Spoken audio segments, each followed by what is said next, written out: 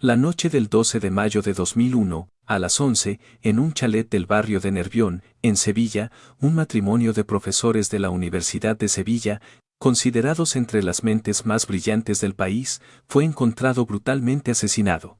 Quien los descubrió fue su hijo mayor. Médico de profesión en Madrid, había intentado llamar a sus padres varias veces desde la tarde sin obtener respuesta. Al principio, pensó que se habrían acostado temprano, pero a medida que pasaban las horas, una creciente ansiedad se apoderó de él. Pasadas las 10 de la noche, contactó a sus hermanos. El segundo, abogado, también trabajaba en Madrid, y el tercero, que decía dedicarse a los negocios, residía igualmente en la capital. Los tres hermanos vivían lejos de sus padres. El mayor no pudo esperar más. Condujo hasta Sevilla.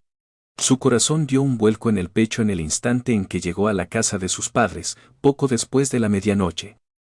La puerta principal estaba completamente abierta. Llamó desesperadamente, «Papá, mamá», pero solo el silencio le respondió. La luz del salón estaba encendida, y la escena que presenció allí se convertiría en una pesadilla que lo atormentaría de por vida. El matrimonio de profesores yacía en el suelo del salón. Con manos temblorosas, «Ki. El hijo mayor llamó al 112. La víctima era un catedrático de física de 60 años. Era conocido como un genio en la Universidad de Sevilla. Había publicado decenas de artículos en prestigiosas revistas científicas internacionales e incluso había sido galardonado con el Premio Nacional de Investigación Científica por el gobierno. Su esposa tenía 58 años. En su juventud, había sido profesora de matemáticas en la universidad. Tras casarse, se dedicó a apoyar la carrera de su marido y a criar a sus tres hijos de manera ejemplar. El matrimonio vivía con modestia. Habían pasado toda su vida en aquel chalet construido 40 años atrás. Eran personas que valoraban el conocimiento y la familia por encima de cualquier lujo. Sus tres hijos eran su mayor orgullo. El mayor era jefe de cirugía en un gran hospital de Madrid, el segundo, abogado en un importante bufete, y el tercero también desarrollaba su carrera en Madrid, supuestamente en el mundo de los negocios. La policía llegó y comenzó la inspección de la escena del crimen. Lo primero que buscaron fueron signos de entrada forzada, pero, extrañamente, no encontraron ninguno. Ni la puerta principal ni las ventanas presentaban desperfectos. En el suelo, junto al sofá del salón, se encontró una colilla de cigarrillo. El matrimonio de profesores jamás había fumado en su vida. Aquello, sin duda, pertenecía al asesino. Se logró extraer ADN de la colilla. El problema era la falta de una base de datos con la que compararlo. Sin un sospechoso, tener una muestra de ADN no servía de nada. La investigación entró en un callejón sin salida. Pero la verdad siempre acaba saliendo a la luz.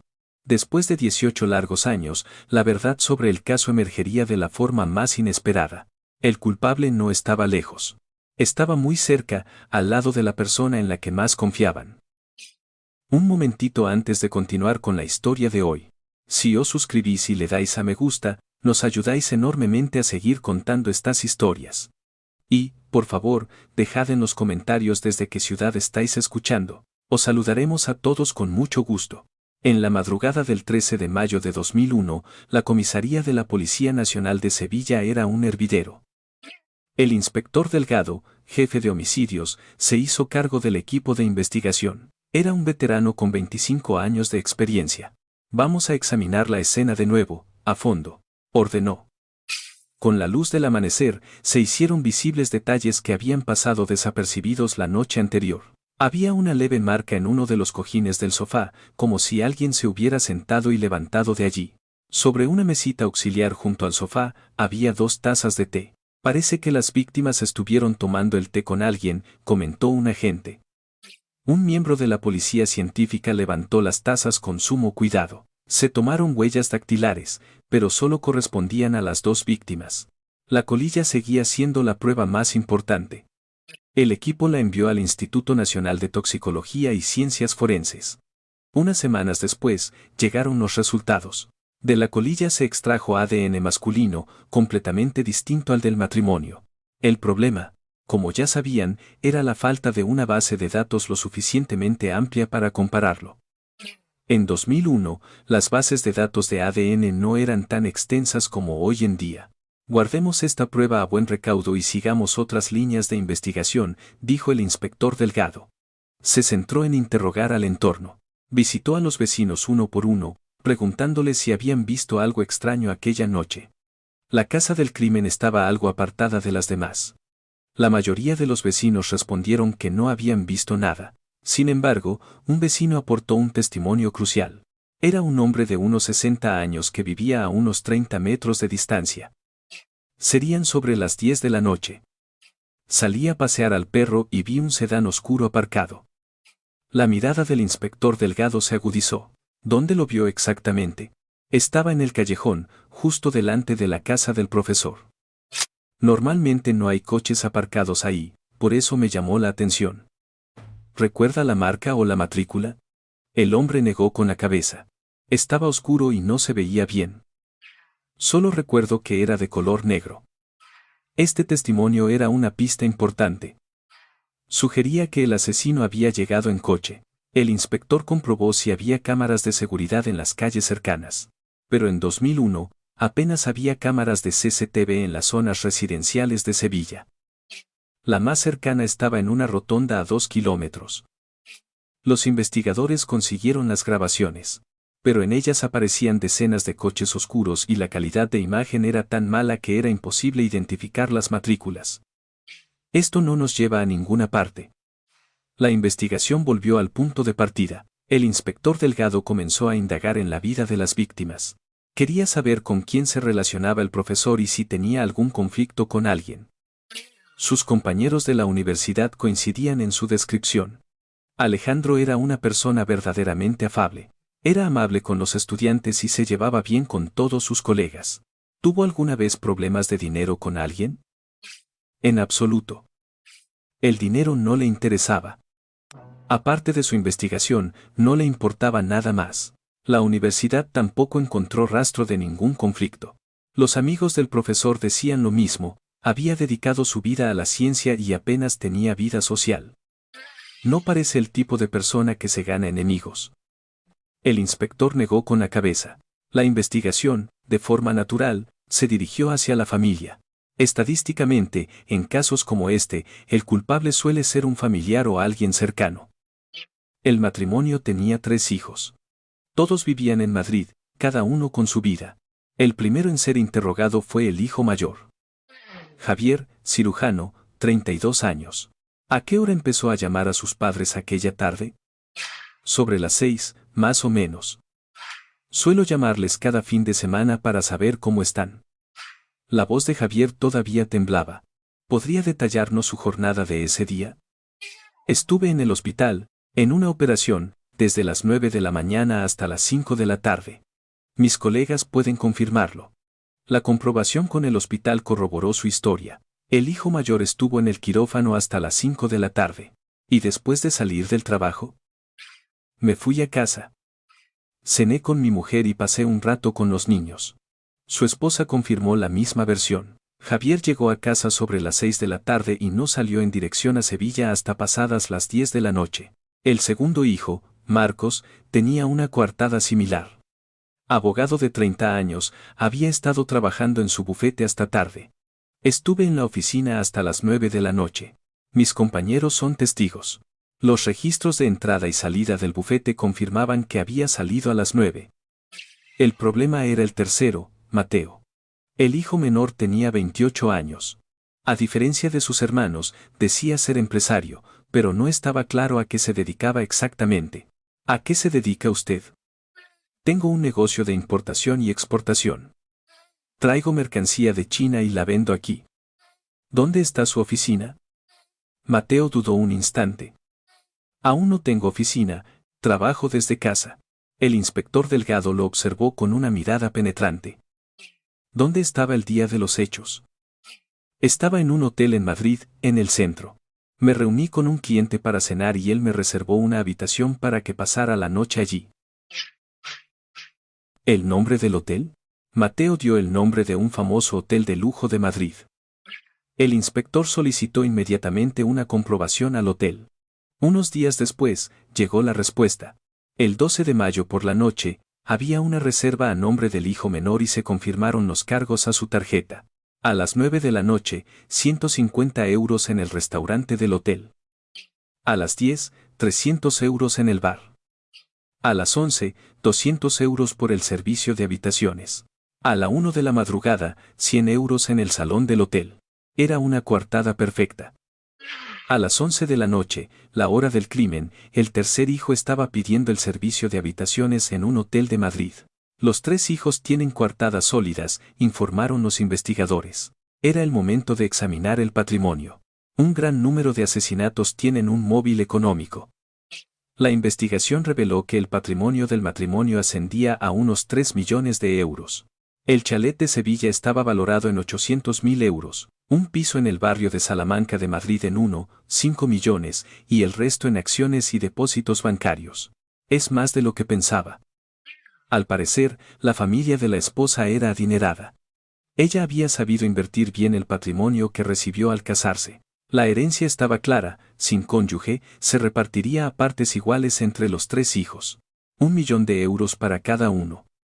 1 millón de euros no es poco dinero. Pero los tres hijos tenían coartada.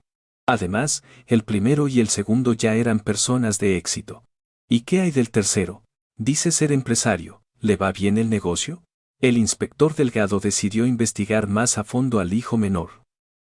A diferencia de sus hermanos, su profesión y su situación económica eran ambiguas. Mateo vivía en un loft de alquiler en el barrio de Malasaña, en Madrid. La inmobiliaria confirmó que el alquiler mensual era de 1.200 euros. El inspector rastreó sus movimientos bancarios. Con una orden judicial, accedió a sus cuentas y descubrió algo sorprendente. Mateo tenía deudas. Y no una cantidad pequeña, sino la asombrosa cifra de 700.000 euros. ¿700.000 euros? ¿Cómo un joven de 28 años acumula una deuda así? Un análisis más detallado de sus transacciones reveló la razón. Mateo era adicto al juego. Parecía haber empezado 2 años atrás.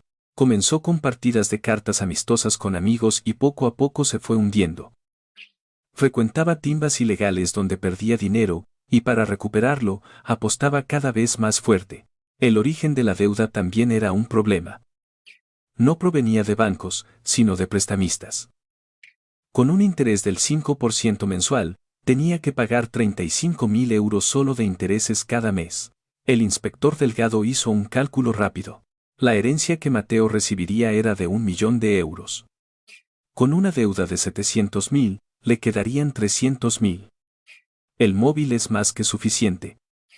Pero había un problema. La coartada de Mateo era demasiado perfecta. Los registros de la tarjeta de crédito del hotel no mentían. La tarjeta se había usado 4 veces entre las 9 de la noche y la 1 de la madrugada. ¿Fue usted personalmente quien usó la tarjeta?, volvió a preguntar el inspector. Mateo respondió con seguridad. Por supuesto. Pagué yo mismo. ¿Quién estaba con usted? Un socio de China, pero ahora mismo no puedo contactar con él. Este punto era sospechoso. La identidad de la persona que supuestamente estaba con él no estaba clara. El inspector solicitó más información al hotel. Quería saber si había cámaras de seguridad en las plantas de las habitaciones. Pero la respuesta fue decepcionante. En 2001, nuestro hotel no tenía cámaras de vigilancia en los pasillos de las habitaciones. Solo en el vestíbulo y en el aparcamiento. ¿Se conservan las grabaciones del vestíbulo? Lo siento, pero esas grabaciones ya fueron destruidas. El periodo de conservación es de 1 mes. Otro obstáculo. El inspector cambió de estrategia. Empezó a investigar el círculo social de Mateo. Se reunió con sus antiguos compañeros de universidad. Todos decían lo mismo. Últimamente no lo vemos mucho. No contesta cuando lo llamamos. ¿Desde cuándo? Hará 1 año. Antes nos veíamos a menudo, pero de repente cortó el contacto. Un amigo añadió, oí el rumor de que se había metido en el juego.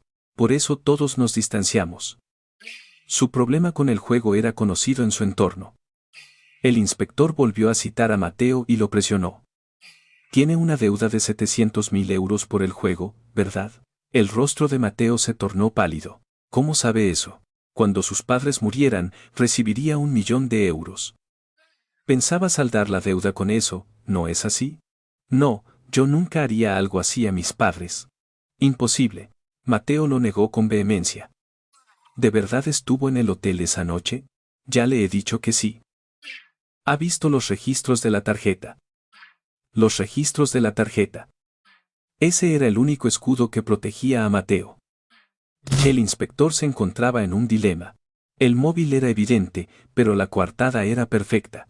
Necesitaba una prueba que desmontara los pagos con tarjeta, pero no existía. Lo mismo ocurría con el ADN de la colilla. Quería tomar una muestra de ADN de Mateo para compararla, pero carecía de base legal para ello. No se podía obligar a alguien con coartada a someterse a una prueba de ADN.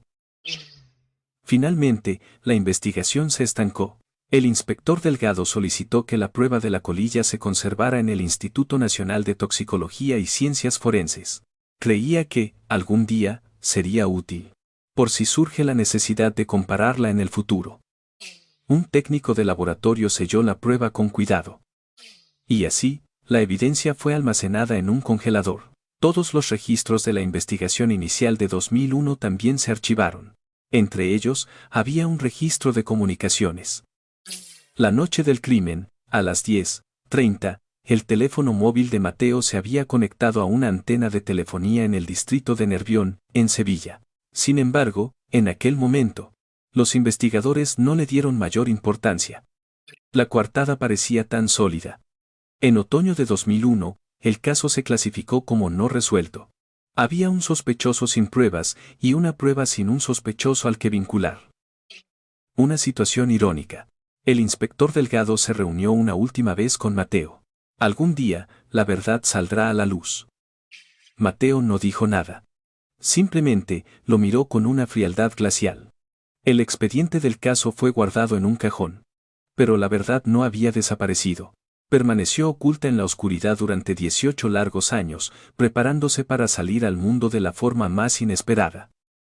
La investigación inicial fue un laberinto, la coartada del hijo menor parecía perfecta, pero sobre él pesaba una deuda de 700.000 euros y la herencia de 1 millón era su única salida.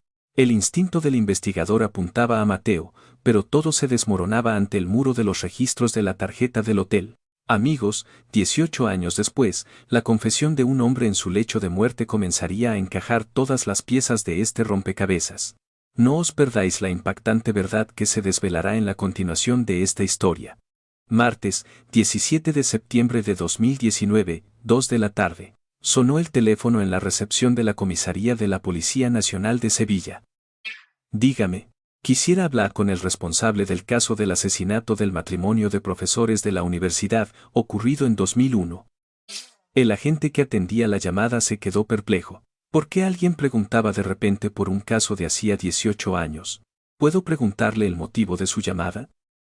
Al otro lado de la línea se oyó una respiración agitada. Conozco la verdad sobre ese caso. Ya no puedo seguir viviendo con este secreto. El inspector Jiménez, de la Brigada de Homicidios, tomó el teléfono. Soy el inspector al cargo de los casos antiguos. Dígame. Me llamo Raúl. Tengo 47 años. Estoy ingresado en el hospital universitario.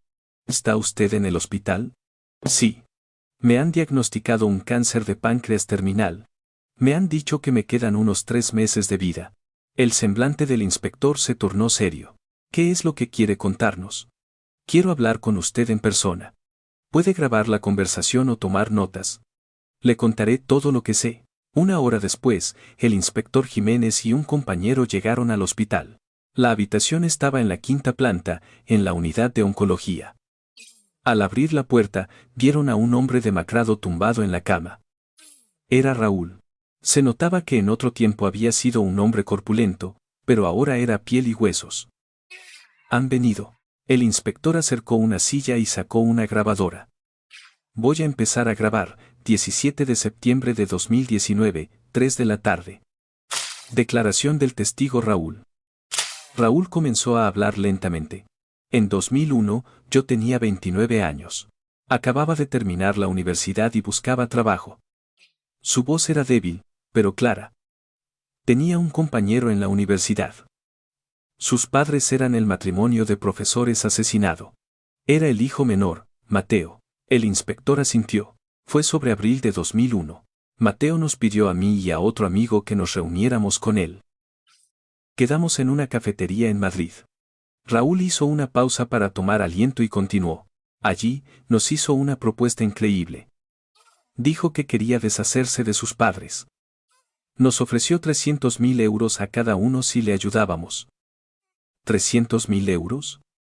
Sí, según él, si sus padres morían, heredaría 1.000.000 de euros, después de repartir con sus hermanos. Y nos daría 600.000 de ese millón a nosotros. El inspector tomaba notas rápidamente. ¿Y qué hicieron? Yo me negué. Por mucho que necesitara el dinero, no podía hacer algo así. Me levanté y me fui de allí. ¿Y el otro amigo? El rostro de Raúl se ensombreció. Se llamaba Carlos. Él aceptó. ¿Por qué? Carlos también tenía deudas de juego. Dijo que con 300.000 euros no solo saldaría sus deudas, sino que le sobraría dinero. ¿Qué pasó después? Corté todo contacto con ellos. Tenía miedo. Aunque me costaba creer que de verdad fueran a hacerlo, un mes después vi las noticias. El matrimonio de profesores de Sevilla había sido asesinado. La voz de Raúl temblaba. Entonces lo supe. Lo habían hecho de verdad. Pero no lo denuncié. Tenía miedo de que me implicaran. ¿Por qué lo cuenta ahora? Raúl miró al techo, sus ojos se llenaron de lágrimas. He vivido 18 años con este sentimiento de culpa. He tenido pesadillas todas las noches. Si hubiera denunciado, se habría hecho justicia. Ahora que me queda poco tiempo de vida. Siento que si me voy con esto, iré al infierno. El inspector le apretó la mano con fuerza. Gracias por su valentía. ¿Conoce los datos personales de Carlos? Sí, claro. Estudiamos juntos en la misma facultad.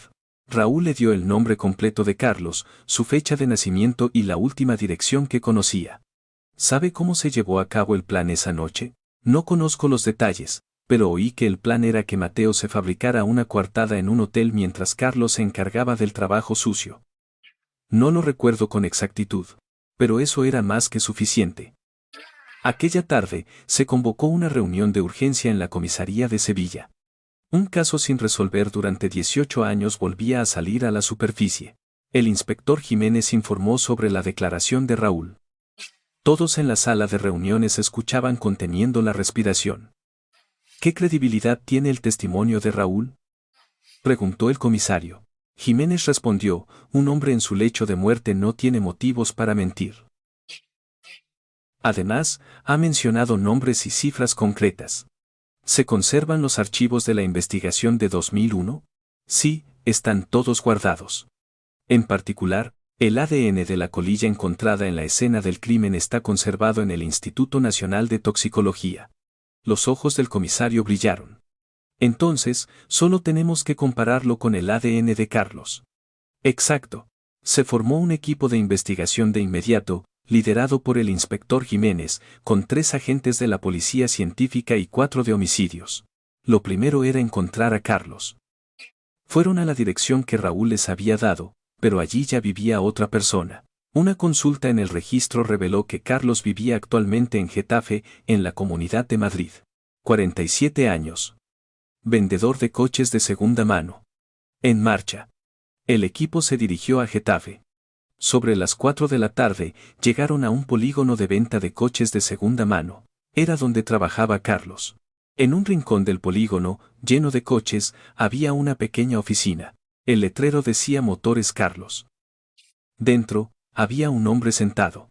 Parecía tener unos 40 y tantos años, con algo de sobrepeso y una incipiente calvicie. ¿Es usted Carlos?, preguntó el inspector. El hombre levantó la vista. Sí, ¿qué desean? Policía Nacional. Acompáñenos, por favor. El rostro de Carlos se tensó. ¿Qué ocurre? ¿He hecho algo malo? Se trata de un asunto relacionado con un asesinato ocurrido en Sevilla el 12 de mayo de 2001. Al oír esas palabras, el rostro de Carlos se volvió blanco como el papel. Sus manos comenzaron a temblar visiblemente. Yo no sé nada de eso. Hablemos en la comisaría. Carlos lo siguió sin oponer resistencia. En el coche patrulla, no paraba de entrelazar y separar los dedos, visiblemente nervioso. Llegaron a la comisaría de Sevilla. El inspector sentó a Carlos en una sala de interrogatorios y encendió la grabadora. 17 de septiembre de 2019, 5 de la tarde. Interrogatorio del testigo Carlos. ¿Soy testigo o sospechoso?, preguntó Carlos con voz temblorosa. Eso dependerá de lo que nos cuente a continuación. Carlos tragó saliva. ¿Dónde estaba usted el 12 de mayo de 2001? ¿Cómo voy a recordar lo que hice hace 18 años? No lo sé. Ese día, en un chalet de Nervión, en Sevilla, un matrimonio de profesores de universidad fue asesinado. ¿Lo recuerda? Carlos negó con la cabeza. Creo que lo vi en las noticias, pero ¿qué tengo que ver yo con eso? El inspector sacó una foto del expediente. Era la foto del profesor asesinado. Este hombre tenía un hijo menor. Fue compañero suyo en la universidad, ¿verdad? Las pupilas de Carlos se dilataron. Ah, Mateo. Sí, lo conozco, pero no éramos muy amigos. ¿No se reunieron en una cafetería de Madrid en abril de 2001? Raúl también estaba allí. Al oír el nombre de Raúl, el rostro de Carlos se descompuso. Ese cabrón ha hablado, pensó. El inspector sonrió para sus adentros. Raúl nos lo ha contado todo. Mateo os propuso a ti y a Raúl asesinar a sus padres a cambio de 300.000 euros para cada uno. Carlos guardó silencio durante un largo rato. En la escena del crimen se encontró una colilla. De ella extrajimos ADN. El rostro de Carlos se quedó sin sangre. Vamos a compararlo con su ADN, ¿da su consentimiento? ¿Y si no lo doy? Obtendremos una orden judicial y lo haremos por la fuerza. Carlos lo pensó durante un buen rato y finalmente bajó la cabeza. Hagan lo que tengan que hacer. Al día siguiente, se tomó una muestra de saliva de Carlos. Se envió al Instituto Nacional de Toxicología y Ciencias Forenses para compararla con el ADN de la colilla guardada durante 18 años. Pasó una semana. El martes 24 de septiembre de 2019 llegaron los resultados. El inspector abrió el informe que acababa de recibir por fax. Y apretó el puño con fuerza. Resultado del análisis de ADN, coincidencia confirmada. El dueño de la colilla era Carlos. Detened a Carlos de inmediato. Siguiendo la orden del inspector, los agentes se movilizaron.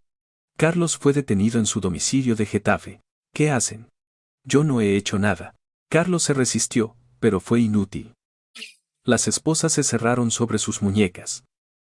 En los calabozos de la comisaría de Sevilla, Carlos no dijo ni una palabra durante 2 días. Se acogió a su derecho a no declarar. Pero al tercer día, habló.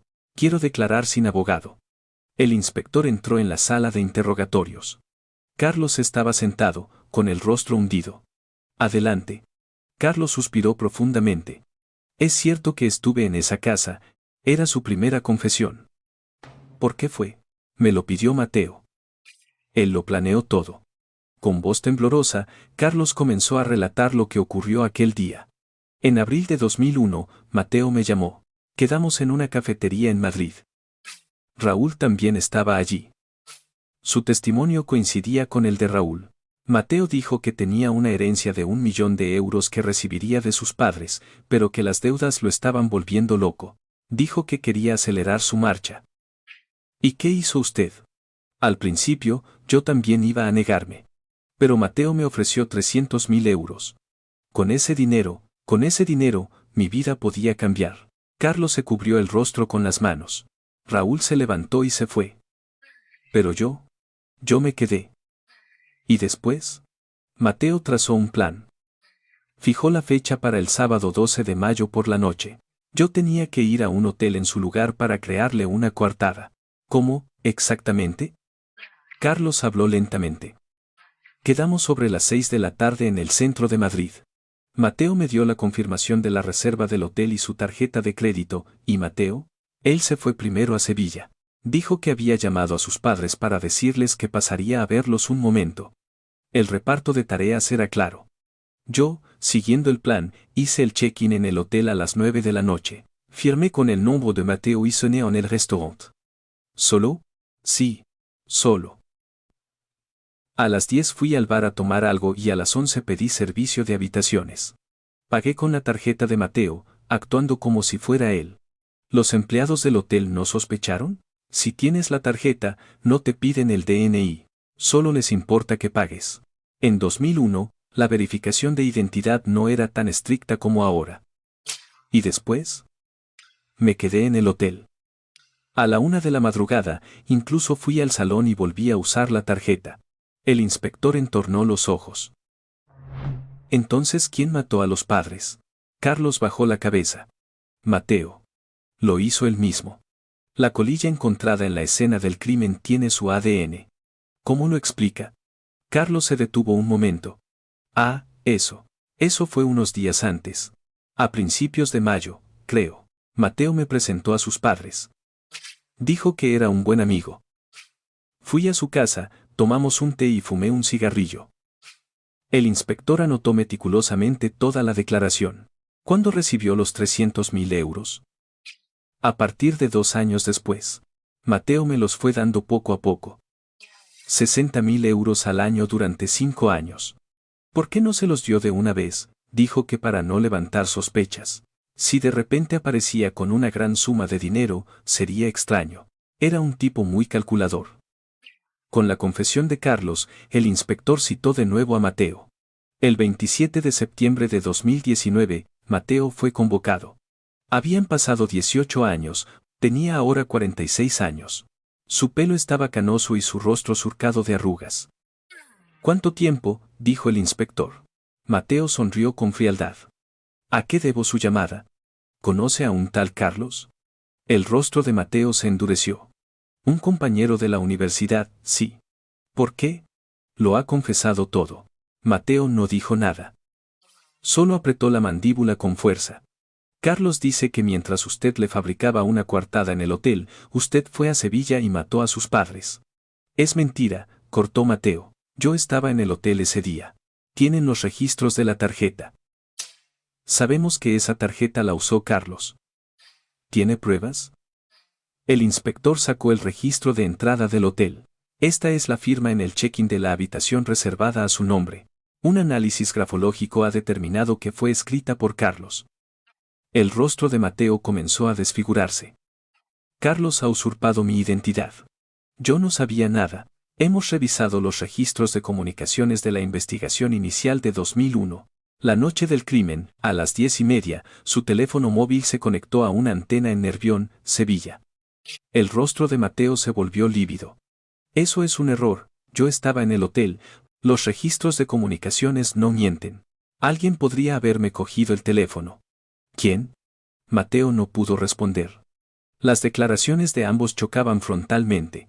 Carlos sostenía que Mateo lo había planeado todo y que él solo se había encargado de la coartada en el hotel. Mateo afirmaba que Carlos había usurpado su identidad y que él realmente había estado en el hotel. Ambos se culpaban mutuamente. Pero las pruebas, una a una, apuntaban a la verdad. Amigos, una confesión explosiva después de 18 años. El ADN era de Carlos, pero él insiste en que solo estuvo en el hotel. La firma del hotel es de Carlos, y los registros telefónicos sitúan a Mateo en Sevilla. 2 hombres, culpándose mutuamente. Pero solo hay una verdad. En el momento en que las pruebas decisivas desmonten sus mentiras, un secreto guardado durante 18 años saldrá finalmente a la luz. El martes 1 de octubre de 2019, el equipo de investigación celebró su última reunión estratégica. El inspector Jiménez se situó frente a una pizarra blanca donde había resumido las 2 declaraciones contradictorias. La versión de Carlos, Mateo es el autor intelectual. Yo solo me encargué de la coartada en el hotel. La versión de Mateo, Carlos es el asesino. Yo realmente estuve en el hotel. Jiménez golpeó la pizarra con un rotulador. Ambos mienten. La cuestión es quién miente más. El jefe de la policía científica levantó la mano. La prueba de ADN es clara. La colilla es de Carlos. Es innegable que estuvo en esa casa. Pero Carlos dice que la fumó unos días antes, durante una visita. ¿Hay forma de verificarlo? Habrá que preguntarle a Mateo. Si es cierto que a principios de mayo le presentó a Carlos a sus padres. El inspector asintió. ¿Y los registros de comunicaciones? Un joven agente abrió una carpeta. Son los registros de la investigación inicial de 2001. El 12 de mayo a las 22:30, el móvil de Mateo se conectó a una antena de Nervión, en Sevilla. De Madrid a Sevilla hay unas 5 horas en coche, así que tuvo que salir, como muy tarde, a las 5:30 de la tarde. El inspector comenzó a dibujar una línea de tiempo. Según la declaración de Carlos, sería así. En la pizarra apareció un cronograma. 18:00, Mateo entrega a Carlos la tarjeta y la llave del hotel. 19:00. Mateo sale hacia Sevilla. 21:00. Carlos llega al hotel. Hace el check-in a nombre de Mateo y usa la tarjeta en el restaurante. 22:00. Mateo llega a Sevilla. Carlos usa la tarjeta en el bar del hotel. 23:00. Mateo comete el crimen. Carlos usa la tarjeta para el servicio de habitaciones. 01:00. Carlos usa la tarjeta en el salón del hotel. 02:00. Mateo regresa a Madrid. El tiempo encaja a la perfección. Los investigadores asintieron. ¿Y cómo explicamos la colilla? Carlos dijo que visitó la casa unos días antes. Que Mateo le presentó a sus padres como un amigo, murmuró el jefe de la científica. Si eso es cierto, tiene sentido. Visita la casa a principios de mayo, fuma un cigarrillo y el 12 de mayo solo se encarga de la coartada en el hotel. El inspector rebuscó en el expediente.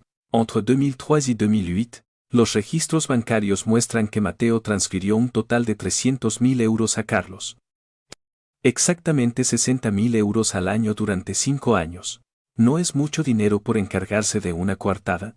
Significa que su papel fue crucial. Si Carlos no le hubiera proporcionado una coartada perfecta en el hotel, Mateo habría sido atrapado desde el principio.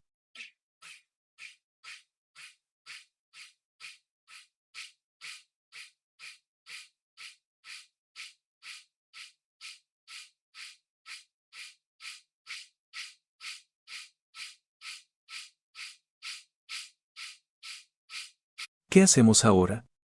Presionar de nuevo a Mateo. Confirmar si Carlos visitó a sus padres a principios de mayo. El inspector volvió a citar a Mateo. Cuando entró en la sala de interrogatorios, seguía mostrando una actitud arrogante. ¿Otra vez aquí? ¿No se cansan? El inspector abrió el expediente. Visitó Carlos la casa de sus padres a principios de mayo de 2001. Mateo se quedó helado un instante. ¿Por qué me pregunta eso? Solo responda. ¿Sí o no? Mateo se mordió el labio. Puede que sí. Llevé a varios amigos alguna vez. ¿Carlos fue en esa ocasión? No lo recuerdo con exactitud. No mienta. Carlos fumó un cigarrillo en casa de sus padres en esa visita, ¿verdad? Mateo no pudo decir nada. El inspector comenzó a sacar documentos uno por uno. Vamos a resumir las pruebas. Primera, la firma del check-in del hotel. El análisis grafológico determina que la escribió Carlos. Es la prueba de que usted no estaba en el hotel. Mateo se mordió el labio. Segunda, el registro de comunicaciones de la investigación inicial de 2001. A las 22:30, su móvil estaba en Nervión, Sevilla. Su afirmación de que estaba en el hotel es falsa. Tercera, los movimientos bancarios. Entre 2003 y 2008, usted transfirió un total de 300.000 euros a Carlos. El pago por la coartada. Cuarta, la detallada confesión de Carlos. Usted planeó el crimen, reservó el hotel, y Carlos solo se encargó de la coartada. Quinta, el ADN de la colilla. Se confirma que fue fumada por Carlos cuando visitó a sus padres a principios de mayo. El inspector dio un golpe en la mesa. Se acabó. Lo sabemos todo. Los hombros de Mateo se hundieron. Tras un largo silencio, abrió la boca. Quiero llamar a mi abogado. 2 días después, Mateo, acompañado de su abogado, era una persona diferente. La arrogancia había desaparecido, dejando solo un rostro agotado. Voy a hablar, dijo Mateo en voz baja. Tenía una deuda de 700.000 euros por el juego. Los prestamistas me amenazaban a diario. Me sentía tan desesperado que quería morir. ¿Y por eso mató a sus padres? No. Al principio solo iba a pedirles el dinero. Pero mi padre me miró con decepción. Me dijo que tenía que dejar el juego, que no me daría más dinero. Lágrimas corrían por las mejillas de Mateo. Entonces tuve un pensamiento diabólico. Si morían, yo heredaría 1.000.000 de euros. Podría pagar la deuda y empezar de nuevo. ¿Y por eso se lo propuso a sus amigos? Sí. Raúl se negó, pero Carlos aceptó. Él también tenía deudas. ¿Cómo se repartieron los papeles? Carlos iría al hotel y crearía mi coartada. ¿Y yo? Yo iría a Sevilla. Mateo no pudo seguir hablando. ¿Cometió usted el crimen personalmente? Mateo asintió. Sí. Con mis propias manos. ¿Por qué Carlos solo se encargó de la coartada? Carlos dijo que él no era capaz de hacerlo en persona. Pero que a cambio me proporcionaría una coartada perfecta en el hotel. Dijo que solo por eso merecía los 300.000 euros. El inspector anotó meticulosamente toda la declaración. ¿Qué ocurrió exactamente esa noche? Mateo relató lentamente. El 12 de mayo, sobre las 6 de la tarde, quedé con Carlos en Madrid. Le di mi tarjeta y la reserva del hotel. ¿Y después? Sobre las 7, salí en coche hacia Sevilla. Había llamado antes a mis padres para decirles que pasaría un momento. ¿Qué le dijeron sus padres? Se alegraron de que su hijo los visitara un fin de semana. La voz de Mateo temblaba. Llegué a Sevilla sobre las 10 de la noche. Mis padres se pusieron muy contentos al verme. Mi madre me preparó un té y mi padre me habló del último artículo que había escrito. ¿Y entonces? Sobre las 11 de la noche, yo. Mateo no pudo seguir. Mucho después, con voz temblorosa, continuó, ese momento no lo olvidaré en mi vida. La mirada de mis padres, que en tres tomarrón, para por me daba, en mucho no. Su expresión de incredulidad. Un pesado silencio se instaló en la sala. ¿Y después del crimen? Volví a toda prisa a Madrid. Llegué sobre las 2 de la madrugada y llamé a Carlos. Él seguía en el hotel. ¿Qué le dijo? Que ya estaba hecho. Que a partir de ahora, tuviéramos cuidado. ¿Y después? 2 años después, empecé a darle el dinero a Carlos. 60.000 euros al año durante 5 años, como habíamos acordado. ¿Le pagó con la herencia de sus padres? Sí. De mi 1.000.000 de euros, 700.000 fueron para pagar la deuda y 300.000 para Carlos. No me quedó nada. El inspector completó la reconstrucción final del crimen. 12 de mayo de 2001, 18:00. Mateo se reúne con Carlos en Madrid, le entrega la tarjeta y la reserva del hotel.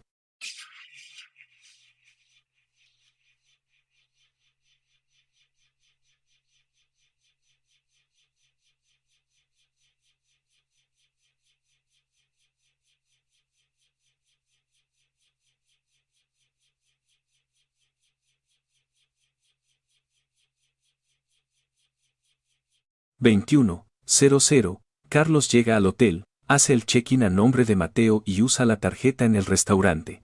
22:00. Mateo llega a casa de sus padres en Sevilla y habla con ellos. Carlos usa la tarjeta en el bar del hotel.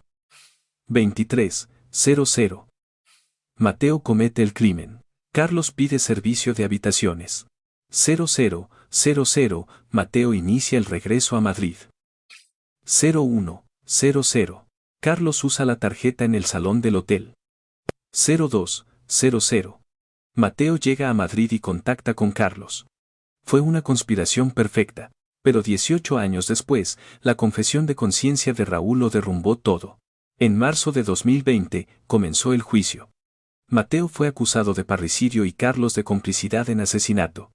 En la sala estaban también el primer y el segundo hijo. Miraban a Mateo con incredulidad. Hermano, ¿cómo has podido? Sollozó el mayor. Mateo no pudo levantar la cabeza. El fiscal presentó las pruebas una por una. El acusado Mateo planeó el crimen en abril de 2001 junto al cómplice Carlos. Carlos usó la tarjeta del acusado para crear una coartada en un hotel, mientras el acusado se desplazaba a Sevilla para asesinar personalmente a sus padres. El ADN de la colilla, el análisis grafológico de la firma, los registros de comunicaciones, los movimientos bancarios, todas las pruebas lo confirman. Tras el crimen, el acusado recibió una herencia de 1.000.000 de euros, de los cuales 300.000 fueron entregados a Carlos. Se oyeron suspiros de consternación en la sala. El fiscal solicitó la pena. El acusado Mateo planeó el asesinato de sus propios padres para saldar una deuda de juego, implicando al cómplice Carlos. Este es un crimen atroz que atenta contra la ley natural. Solicito para él la prisión permanente revisable. El acusado Carlos es cómplice, al haber manipulado una coartada a cambio de dinero. Solicito para él 20 años de prisión. En mayo de 2020, se dictó sentencia. Se condena al acusado Mateo a la pena de prisión permanente revisable por un delito de asesinato con agravante de parentesco. Se condena al acusado Carlos a 20 años de prisión como cómplice de asesinato. El presidente del tribunal concluyó: los acusados han cometido el crimen más terrible que un ser humano puede cometer. En particular, el acusado Mateo asesinó por codicia a los padres que le dieron la vida y lo criaron. Esto es imperdonable bajo cualquier circunstancia. Mateo y Carlos salieron del juzgado con la cabeza gacha. Los colegas del profesor asesinado declararon ante la prensa: es una verdadera tragedia. Era un tesoro para la ciencia de nuestro país. Perderlo de esta manera. Que haya sido a manos de alguien tan cercano es simplemente increíble. El primer y el segundo hijo hablaron ante los periodistas. Sentimos una profunda vergüenza ante nuestros padres. Por no haber visto cómo era nuestro hermano, por no haber podido evitar esto. Y así, el caso llegó a su fin. Una verdad revelada después de 18 años. Un hijo que mató a sus padres para cobrar una herencia. Un amigo que le proporcionó una coartada por dinero. Y otro amigo que, al borde de la muerte, escuchó la voz de su conciencia. La persona más cercana puede ser el enemigo más temible. La codicia puede borrar hasta los lazos de sangre. Pero la verdad siempre sale a la luz. Amigos, la tarjeta del hotel, los registros telefónicos, el análisis grafológico, los movimientos bancarios. La coartada que parecía perfecta hace 18 años se vino abajo. El plan de Mateo, que quería saldar su deuda de 700.000 euros matando a sus padres para cobrar 1 millón, terminó con la confesión de su compañero de universidad, Carlos, que fabricó una coartada por 300.000 euros. Ambos pagaron un alto precio por su codicia. Se confirma una vez más que la justicia, aunque tarde, siempre llega. El 12 de mayo de 2001, en una casa de Sevilla, un matrimonio de profesores de universidad perdió la vida. El asesino no fue un extraño.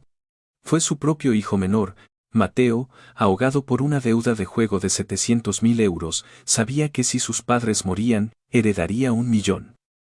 Quería saldar su deuda y empezar de nuevo. Por eso, le propuso a su amigo de la universidad, Carlos, que también tenía deudas de juego, participar en el complot a cambio de 300.000 euros. Carlos se hizo pasar por Mateo en un hotel de Madrid, creando una coartada perfecta, mientras Mateo iba a Sevilla y asesinaba personalmente a sus padres. Si el plan hubiera salido bien, nunca se habría descubierto. De hecho, durante 18 años, fue un caso sin resolver. Pero la verdad siempre encuentra la forma de salir. En 2019, el otro amigo, Raúl, el que se había negado a participar, recibió un diagnóstico terminal. Al borde de la muerte, confesó a la policía el secreto que había guardado durante 18 años. Su valiente confesión fue el inicio de la reapertura del caso. El ADN de la colilla conservado en un congelador, la firma del hotel, los registros telefónicos de la investigación de 2001, los movimientos bancarios. Todas las pruebas apuntaban a la verdad. Finalmente, ambos fueron juzgados. Este caso nos deja un mensaje claro. La persona más cercana puede ser, a veces, la más peligrosa. La codicia transforma a las personas hasta el punto de romper los lazos de sangre entre padres e hijos. Pero al mismo tiempo, debemos recordar esto: por muy perfecto que parezca un crimen, la verdad siempre acaba saliendo a la luz. Y la valentía de una persona que escucha la voz de su conciencia puede cambiar el mundo. Raúl vivió 18 años atormentado por la culpa, pero en el último momento de su vida, tomó la decisión correcta. Gracias a él, el matrimonio de profesores asesinado injustamente pudo, aunque tarde, encontrar justicia. ¿Y vosotros? ¿Lleváis alguna carga pesada en vuestro corazón? ¿Estáis guardando silencio sobre algo que sabéis que está mal? Tened valor. Decir la verdad nunca es fácil, pero es el camino correcto. Si la historia de hoy os ha conmovido, os agradeceríamos una suscripción y un me gusta. Cada pequeño apoyo nos da fuerzas para seguir contando más historias. Y compartid vuestros pensamientos en los comentarios. Nos encantaría saber qué os ha parecido este caso, o si tenéis alguna experiencia similar. Y no olvidéis decirnos desde qué ciudad nos escucháis. Os saludaremos a todos con mucho gusto. No os perdáis nuestra próxima historia. Este tiempo que compartimos con vosotros es siempre valioso e importante.